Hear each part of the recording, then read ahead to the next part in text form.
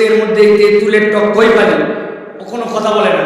শেষে বলছে যে এটা তেঁতুলের টক না, এক ধরনের কেমিক্যাল পাওয়া যায়, ওই কেমিক্যাল কিনে আমরা কিডনি ফিল্টারিং এর জন্য যে কেমিক্যাল মানুষের শেষ একদম পরীক্ষিত, এরপরে আর কাজ করবে না, ওই কেমিক্যাল দিয়ে বোতলের মধ্যে ঝুঁকায়া ওইটা দিয়ে তেঁতুলের চাটনি বানায়া আপনার আমার বাচ্চার খাদ্যের মধ্যে দিয়া খাওয়ায়। আসসালামু আলাইকুম ওয়া রাহমাতুল্লাহ।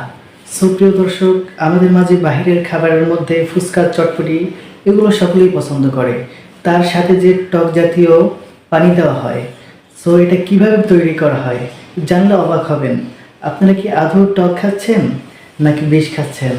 সো আপনারা হুজুরের কথাগুলো শুনুন, তারপর আমি কিছু বলতেছি। আমার বাচ্চারা সব স্কুল থেকে আসার পরে আপনাদের এলাকায় আছে কিনা ফুচকা লাগবে, পানিপুরি, ঢেলপুরি খায় ভাই? বিশ্বাস করেন, একটা প্রতিবেদনে জিজ্ঞাসা করছে, 3 জন লোকের কাছে গেছে যারা এরকম করে ফুচকা বানায়, এরকম করে ঢেলপুরি বানায়। এই তোমাদের ঢেলপুরির মধ্যে শেষে দিচ্ছ এটা কি? কয় এটা হচ্ছে তেঁতুলের টক। তেঁতুলের টক ছাড়া এগুলো একটা আইটেম মজা লাগে, ঠিক কিনা?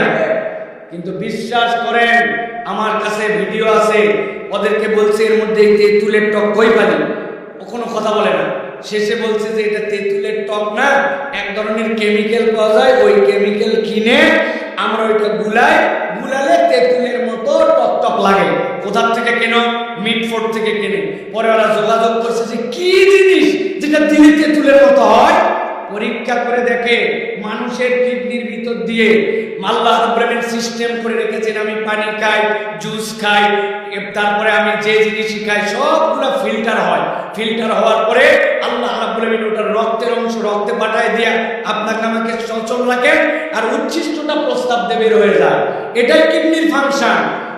ওই কিডনি যদি কারো ফেল হয়ে যায় তখন তার ডায়ালাইসিস করা লাগে, জানেন তো না? কিভাবে করে?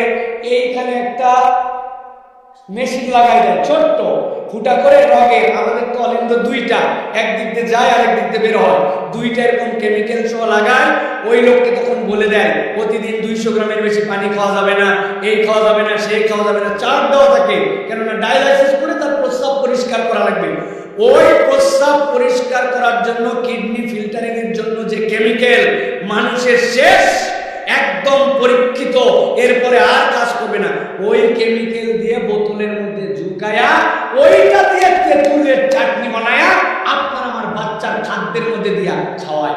বলেন, এইটা খাওয়ার পরেও আমরা বাইসে আছি, সুস্থ আছি, আমি ভাইকে চিনতে পারতেছি, উনি আমাকে চিনতেছে, সাইফুল্লাহ ভাই, এই তো বেশি কথা বলেন।